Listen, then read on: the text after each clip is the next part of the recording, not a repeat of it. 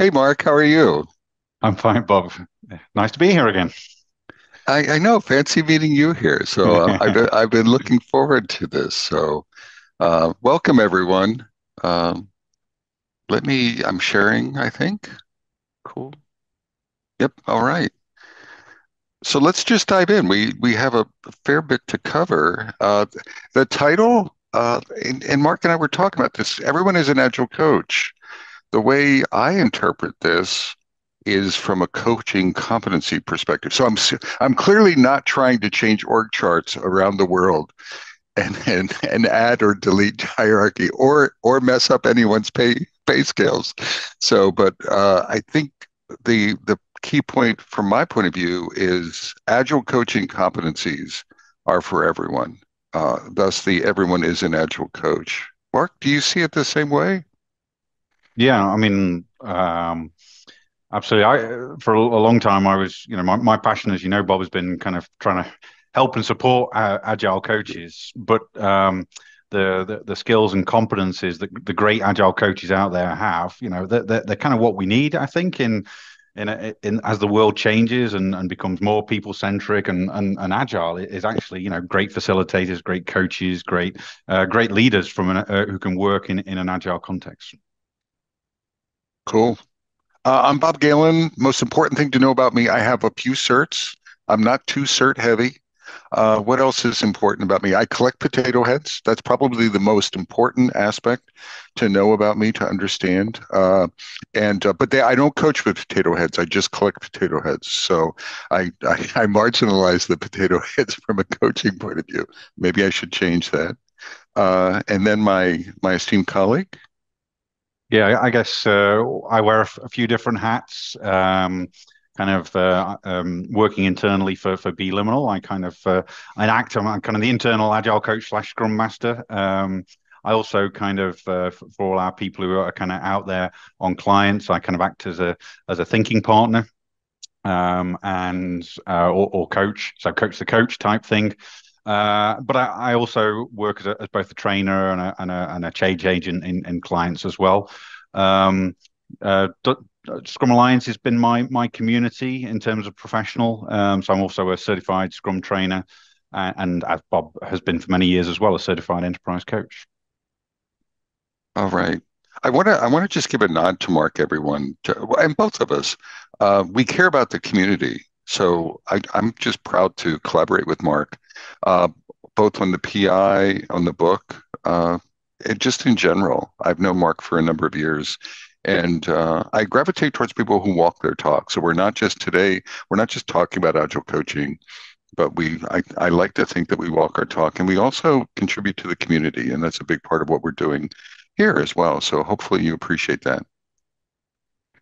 The agenda today, it's sort of all about the Agile Coaching Growth Wheel and the assessment that we've developed as well. So we're going to explore the Agile Coaching Growth Wheel. If you're new to it, consider this a mini overview, sort of a mini deep dive or a sampler. We're going to talk about the PI assessment that we're releasing today with comparative agility, and I'm super excited about that. And it's version 2 or version 2. Uh, and then explore aspects of your agile coaching mindset. We're going to give you a little bit of a sampler about what mindset, because it's so darn important, what mindset looks like. And then like Amr said, we'll open for Q&A. Uh, I think I'll take this, Mark. It's a broad definition of coach. This is what I was alluding to at the very beginning. This talk, the tools, the book, the Agile Coaching Growth Wheel. Sure, it's targeted for agile coaches, Scrum Masters, but I like to think of it broader than that. I like to think of it as a set of skills. Managers, for example, leaders, managers, gosh, I think they would become so much better managers and leaders as they grew their coaching skills. Yeah, and they should be coaching individuals that report to them now. And what if they brought those skills to bear? And what would that do, not just for the individuals, but what would that do for the teams, and what would that do for the organizations? So I think it's a force multiplier. So everyone who's listening to this and watching the video, hopefully you look past your title and you look at skills and core competencies. From a historical perspective, the Agile Coaching Growth Wheel grew from we need to have a nod. I'm big on that we're standing on the shoulders of giants, and in this case, I think two giants are Michael Spade and Lisa Adkins, and they developed something called the Agile Coaching Competency Framework, which influenced the Agile Coaching Growth Wheel. There's not a direct connection, there's an evolutionary connection, but I want to just sort of give a strong nod to the work that they did. It surfaced around 2010, 9, 10, 11. Lisa mentions it in her book, her classic book. There's four primary what I think of as stances or competencies that are called out, and it introduced this notion of agile coaching isn't just one thing called coaching, whatever it is. It clarified stances or competencies and movement when you're coaching across those. And I think that carries naturally into the wheel. So teaching is pretty clear what that is. Mentoring, think of it as teaching in a one-on-one setting.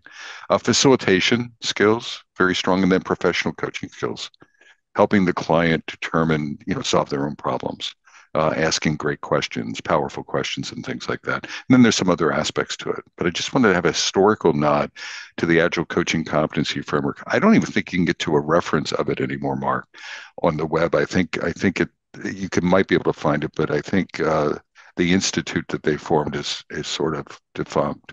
But it's still out there, and it's still an incredibly, sort of vital framework. With that said, I'm going to pass it over to Mark and let him talk about the wheel.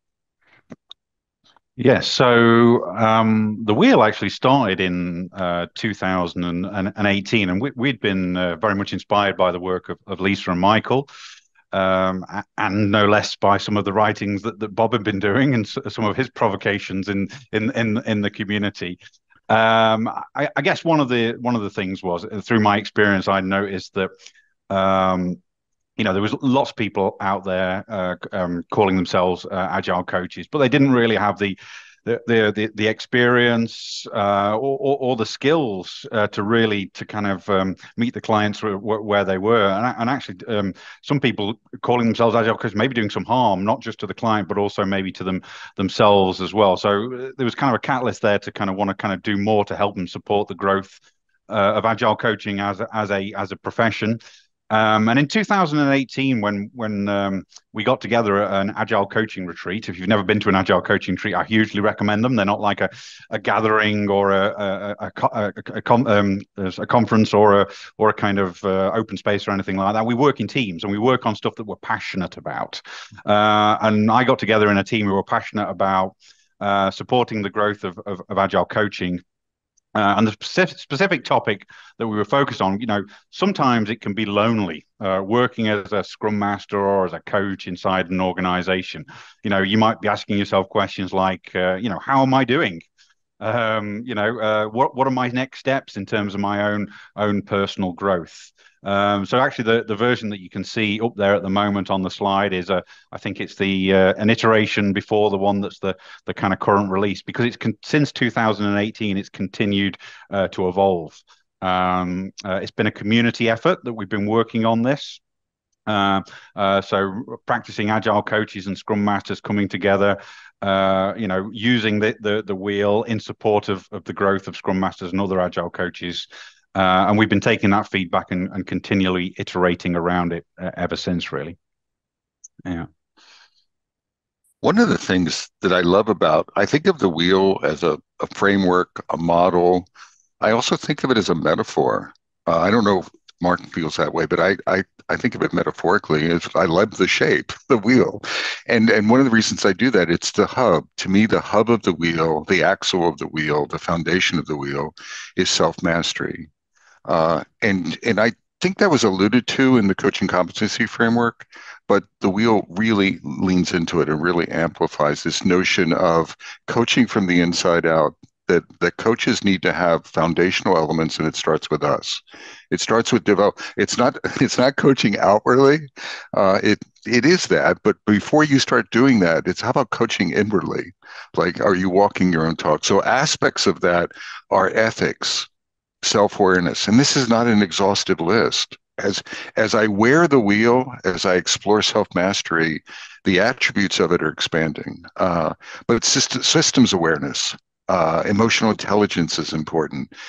Having not just talking about continuous learning and growth, but embodying continuous learning and growth. That's why the PI is so exciting. We'll get to that later, but the PI is exciting as a tool, as a foundation for walking your talk from a growth perspective. Mindfulness. Are you practicing mindfulness? Are you servant oriented? Are you humble? Right. And everyone says they're humble, right? Except me. But everyone said, yes, of course I'm humble. But are you really? See, that's the essence of self-mastery is not what you say, but what you do. What are you doing? How are you embodying your coaching mindset? An important part is coachability. I've been talking a lot lately about coachability with coaching clients and in general to colleagues. And there's two books that have just recently come on the market that I've become aware of that talking about coachability and how to grow your coachability. Believe it or not, there's a lot of agile coaches. They're great at coaching outward. They're not so great at being coached. It's just something that they struggle with. And that would be that growth, like focusing on that self-mastery. And then, of course, I think of your coaching presence, of how you're showing up with your clients. What is your presence? Which is, from an ICF perspective, is incredibly important. So the wheel starts with self-mastery. It also, self-mastery touches all of the competencies. I want you to think of it that way. So there's almost a bit of self-mastery that's aligned and maybe unique per each competency. So with that, let's talk about some competencies. Yeah, so cheers, Bob. Actually, just building on the self-mastery, I think in the early versions of the wheel, we kind of it wasn't kind of called out so explicit. There was like a little man at the center representing a kind of coach.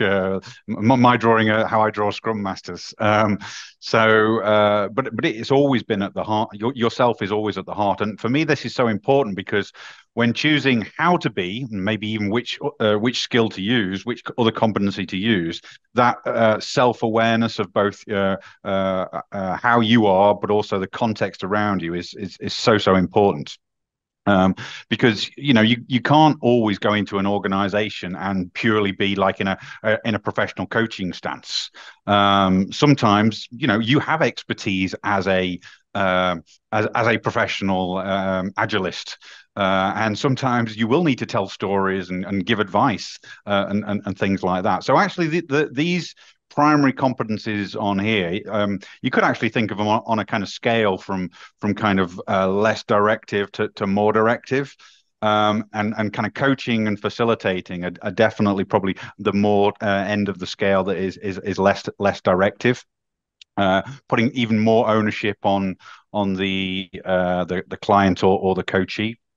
I think early on as an agile coach, the mental model that I had, and I think it's always good to have mental models, was the kind of situational leadership model. If a client, if a team or an individual has kind of low confidence or competence, then you can't just ask questions and things. You've got to give them some input. You've got to tell them some stories and things like this.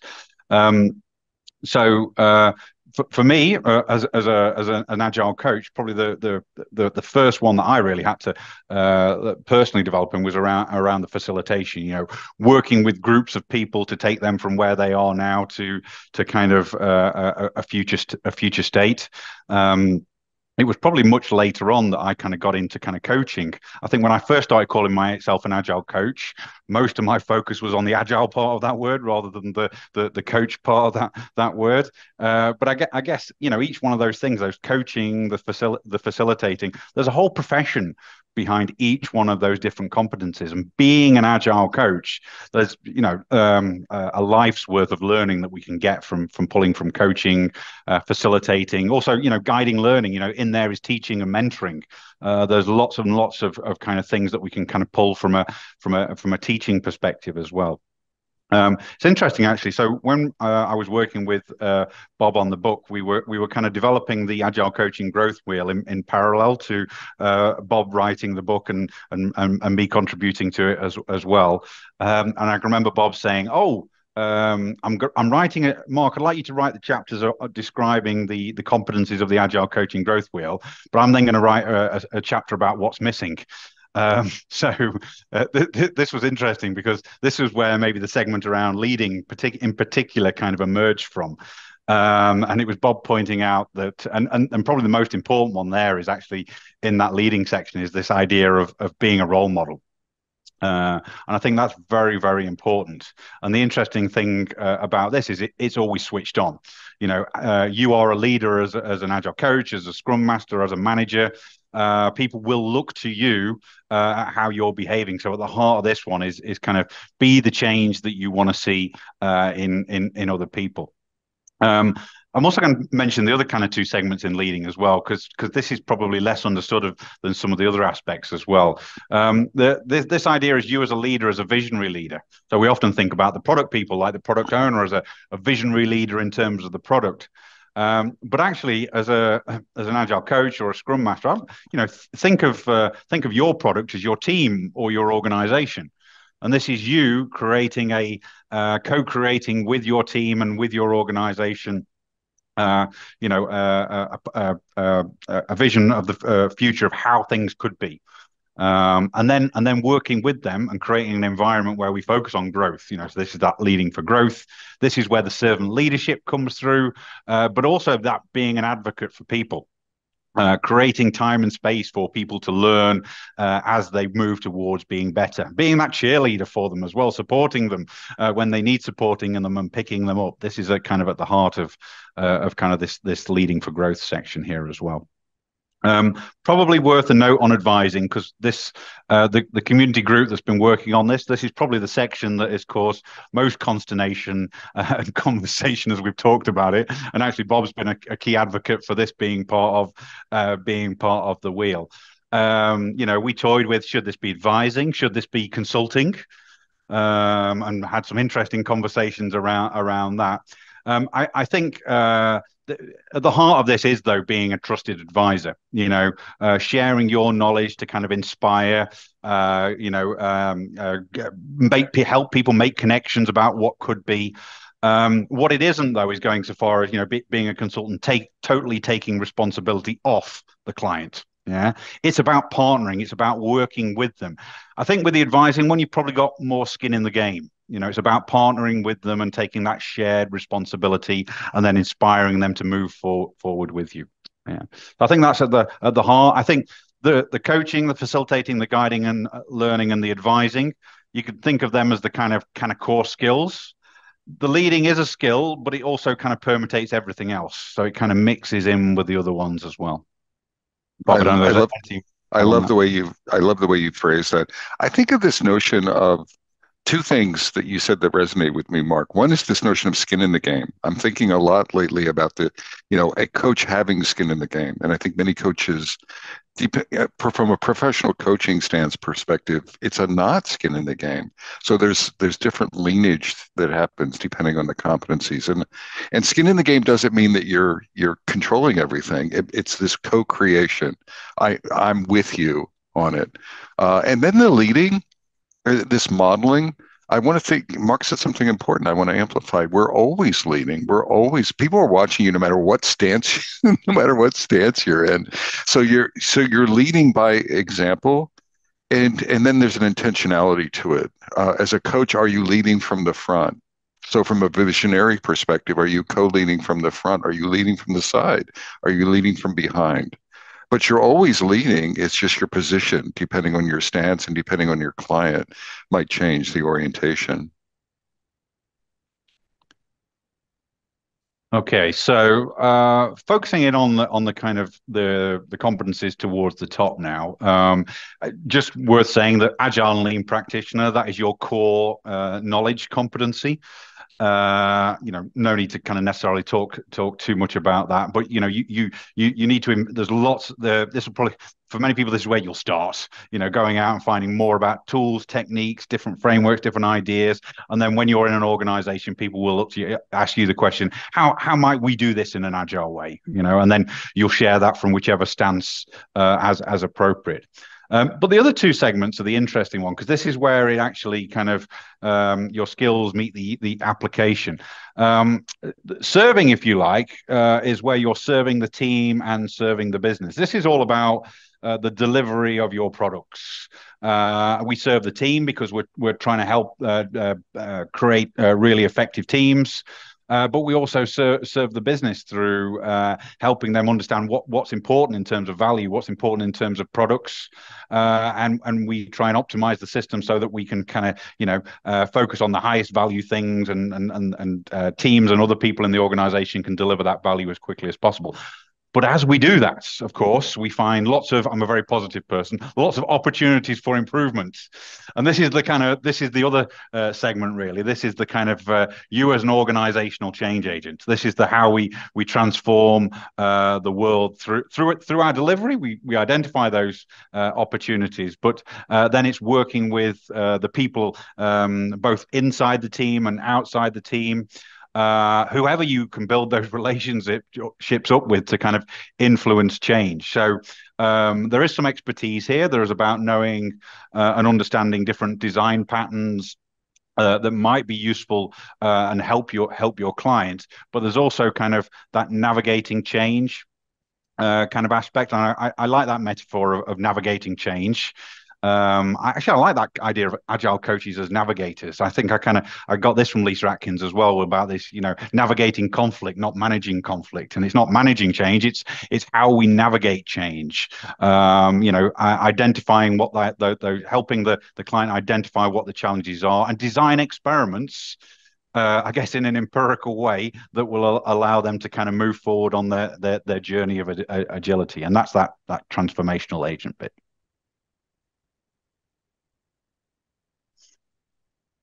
So, when we created the wheel, part of the reaction was that in the industry around agile coaching, it had become a little bit narrow.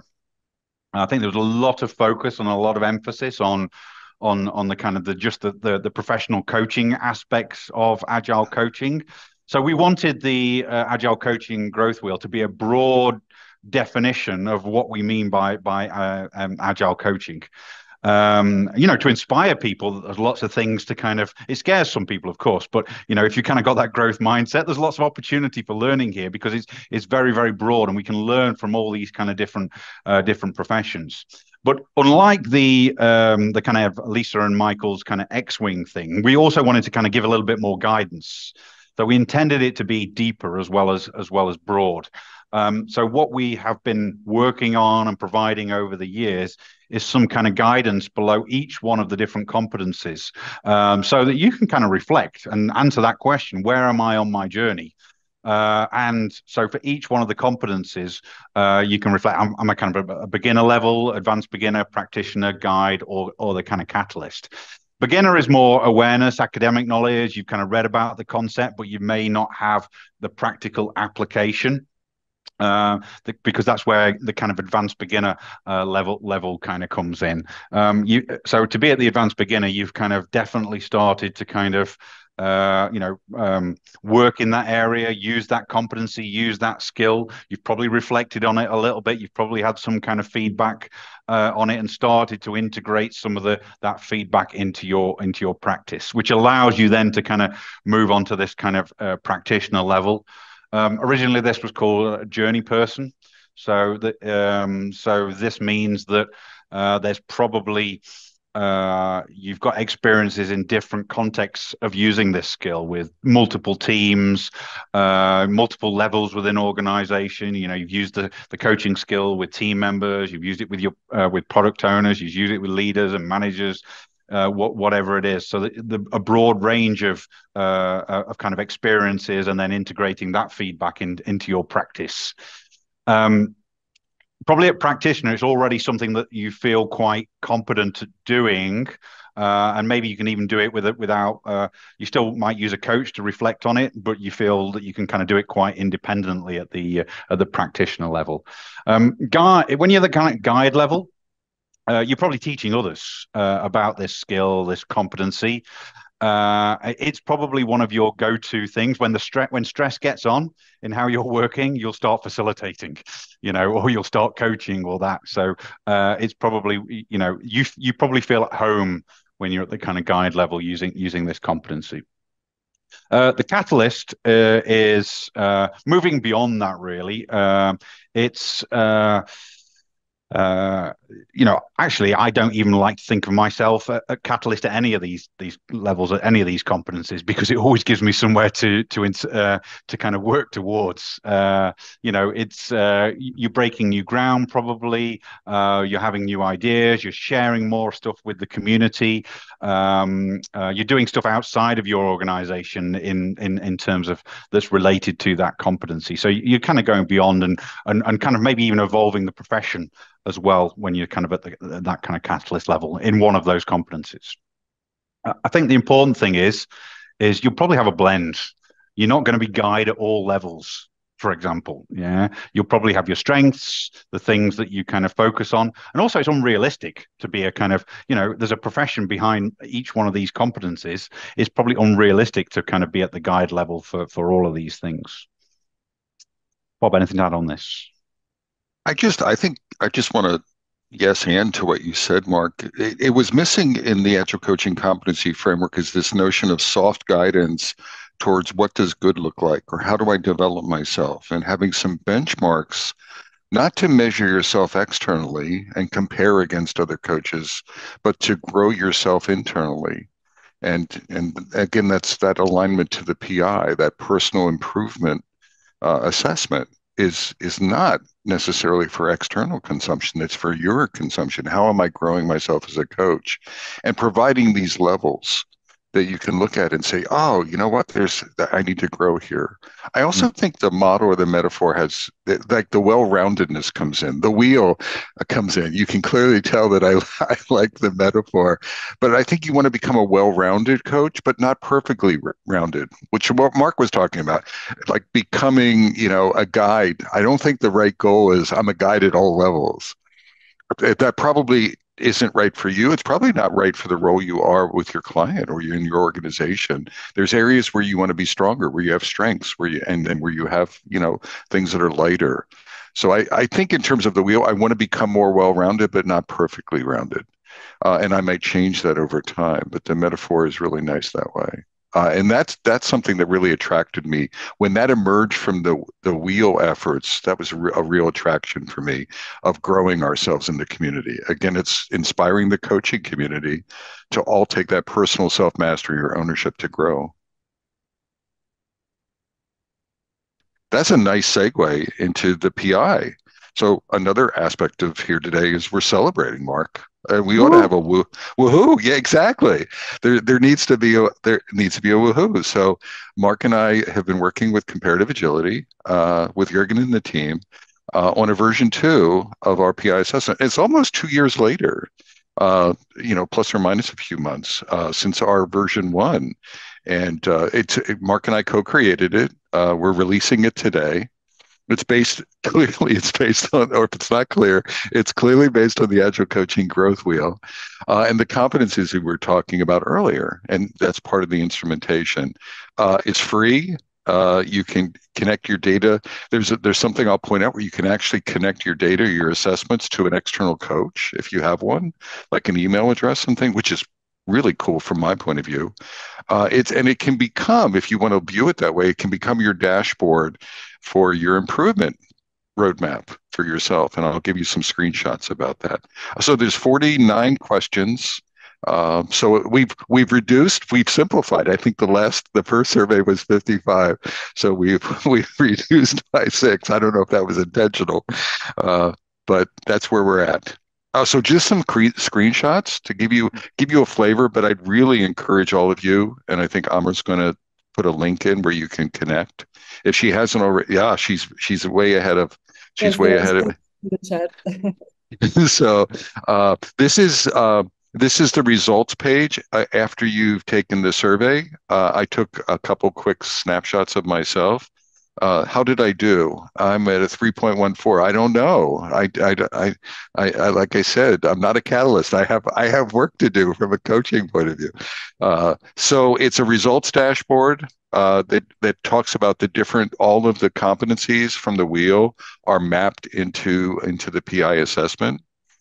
You can drill into the questions. So this is a drill down into self-mastery for me in one of my samplings, and it gives me the individual questions and how I fared against those and what was the roll up. So I can look downward a bit within each competency and drill into that. I can also look at my learning progress.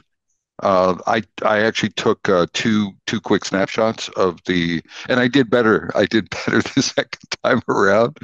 So I learned in 30 minutes. I guess I learned some things in 30 minutes, but this gives you a visual of progress over time, which I love. Now, I don't think you should sample your progress over time in 30-minute increments. You probably want to maybe do it quarterly or something like that. But I think that's a wonderful aspect of the PI, is that you can do these snapshots and look at your progress over time.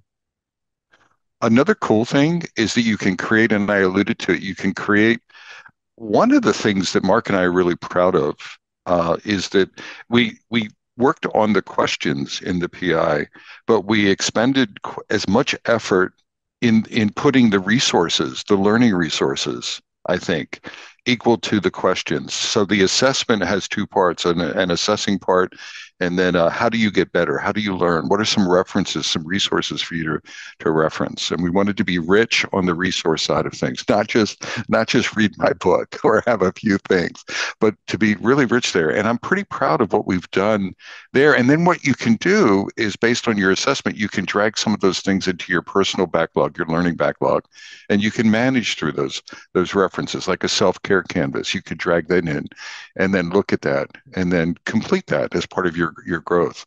So you can create your own learning backlog and use the tool for that as well, and then reassess, and that's the intent. And then if you look up there in the corner, that I'm pointing out that you can actually attach, if you wish. It's really private data, so this is not shareable data, but you can connect your data, your assessments, to an external coach, and then you can talk about your results relative to your coaching sessions with your coach or your mentor, and that's up to you. But I think that's a really cool aspect. The other thing I don't have a screenshot for is there's a community aspect where you can pose questions, and Mark and I will see them, and other folks in the community. So there's an intent to build a community of coaches and can have some development conversations in the community. I don't know if that developed as richly as we wanted for version one. Would love to see that develop, more completely in version two and more actively, the community part of it. So now we want to switch. Final bit is talking a little bit about mindset, and this is wrapped around self mastery, I think. Not everyone who's listening. So Mark, I don't think Mark knew who this was, and that made me sad to some degree. Not that it, not that it, but the gentleman here is Kobe Bryant, who is a famous basketball player. He played for the Lakers, the Los Angeles Lakers. And again, this is a U.S. centric thing, so I apologize to everyone else. But Kobe, and he passed away. He had an accident a few years ago with his daughter. It was a very sad moment, so he's no longer with us. But he has this quote that I just like. It inspires me for mindset, and says the magic within each of us that gives us the potential to inspire or coach the world. And I love it's that inside out view, and I just love that as a setup. So Mark, I think I've talked enough. What about you? Well, I can always talk some more, Bob. No problem there. Bob asked me to kind of maybe put a slide together about agile coaching mindset, drawing on what we have in the wheel. So I kind of did a bit of a review, because many people have been involved in working on the guidance in the wheel. So it was kind of an interesting thing to kind of look back. Now, what we have across many of the competencies like coaching, facilitation, guiding learning, and and advising is each below those competency areas, each one has kind of got a more skills and practice based element, but it's also got a mindset based element that tries to draw out in some guidance about what it means to be when you're embodying that kind of skill, that stance. And what I realized as I kind of reviewed all these different mindset aspects, and actually, if you think about it, the middle, there's a lot of mindset in the middle, in the self-mastery aspect, and there's a lot of mindset in the leading as well.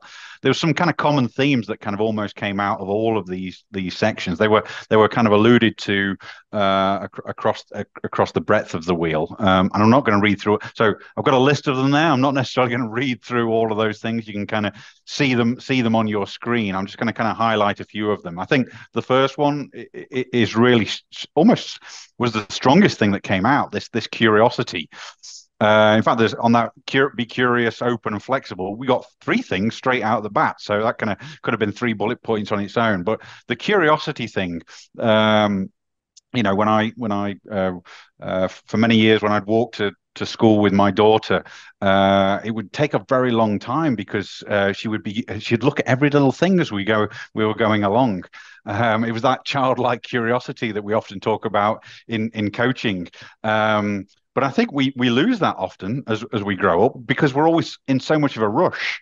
And taking the time to be curious, I think, is a key aspect of probably the greatest leaders that I've ever worked with, and it is actually absolutely core across the Agile Coaching Growth Wheel. So being genuinely curious in why people are doing things in a certain way can add a lot of value, both from a trust perspective, but then also playing that back to the system can be a great catalyst for change. Just your curiosity. I want to pick up on the second bullet point there as well. This believing in growth. I work with a lot of Scrum Masters and a lot of coaches, and I believe something that I recognize in the most successful ones, they've got a positive mindset. They believe that growth is possible. So this growth mindset that we often talk about, I think that is fundamentally the thing that I would look for if I was hiring an Agile coach or a Scrum Master or a manager in an Agile organization. Would be, not somebody who's, oh, that's just the way things are around here, but it's that belief that things can change, that you can change internally and you can impact and influence change around you as well.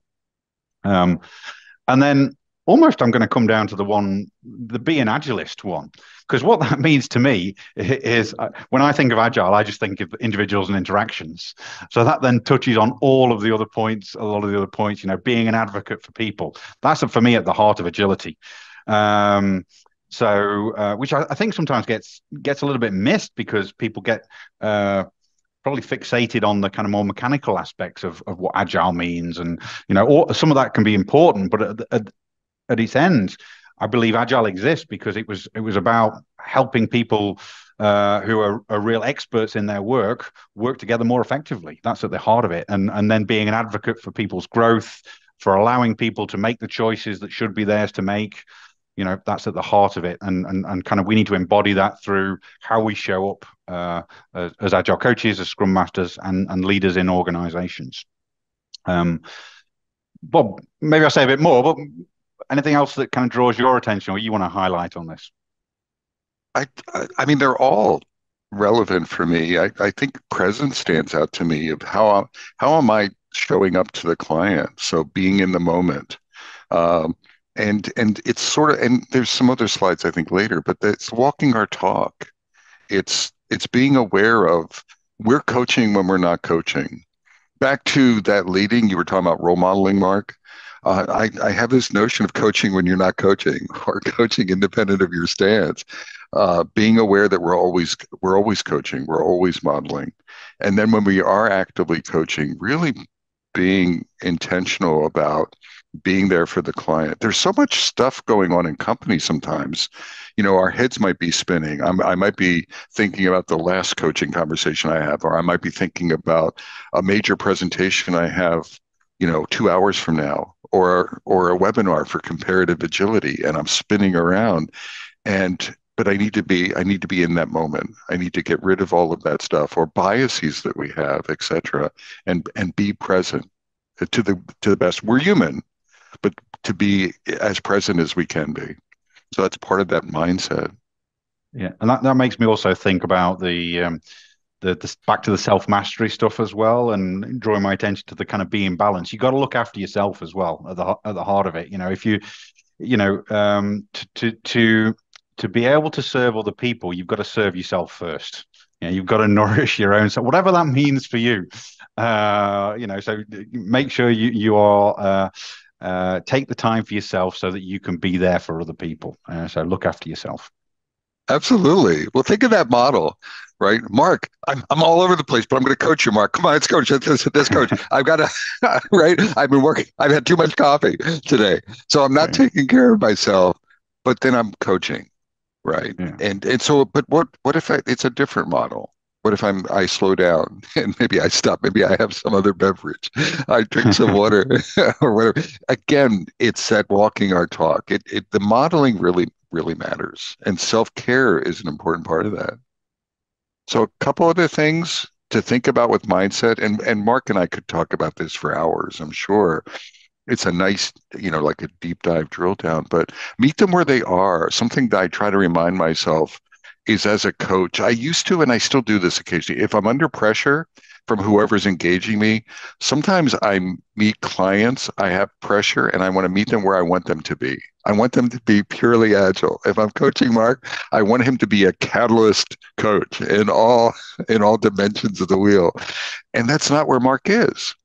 And that's not where he needs to be. So really meet folks. Part of that respect to me is and presence is meet people where they are, and then help them achieve their agenda, not my agenda. So another part of that is not subjecting, almost independent of how much pressure I have.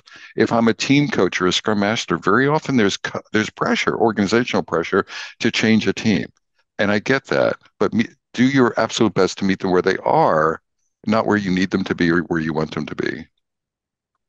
Empathy. We didn't talk about it yet. I don't think we talked to me. It's empathy's part of it was in that list in self mastery. I think of empathy as either directly walking in someone's shoes or indirectly walking in someone's shoes.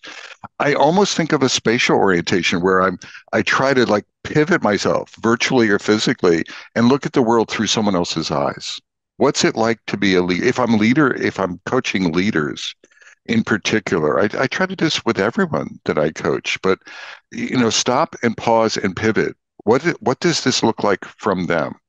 What are they experiencing? Where are they coming from? Have I walked in their shoes before? No matter what stance, right? No matter what stance am I in, have I really looked at the world through their eyes and then pivoted back to the eyes of the coach? We all have biases and baggage that we bring. Well, Mark doesn't, but I do. I'm speaking for myself. So I bring things. One of the things I do when I coach, I mentally do this. If I'm virtually doing, yeah, I do it before a coaching conversation, is I'll close my eyes, I'll hold up my hands. Every once in a while, someone catches me doing this when we're meeting face to face, and they're like, "What are you doing, Bob?" But I'll close my eyes, I'll hold up my bags, and I'll try to clean myself up a little bit. This is part of me getting prepared for a coaching conversation. And I'll try to think about the client, think about their agenda, and I'll think about my biases, and I'll try to shove some things in those bags. And then I'll drop those bags. Uh, and that helps me center. So to me, it's a center, enter, and be present activity where I try to clean up, and I try not to clean up everything, but the stuff that's relevant that will put me in a better position to coach, to serve that client, to serve that team, to serve that individual. That just helps me. Don't always do it, but probably 70-80% of the time I try to clean myself up before I'm coaching. And then there's a final point from mindset. I think walk trumps talk. Like what we do trumps what we say, even if the questions we ask. So people are watching our behavior. It goes back to that role modeling, I think, connecting there. So are we living the agile principles? Are we living the Scrum values? Are we being transparent? Are we acting with appreciation? Mark was positive earlier. Did everyone sense that? He had all this positivity going on. That to me, and it wasn't fake. It was very genuine, and he was walking he wasn't just talking positivity. He was walking positivity, empathy, service, ethics, truth telling, depending on who you're coaching. That radical candor, right? Saying what needs to be said, etc., are attributes of mindset.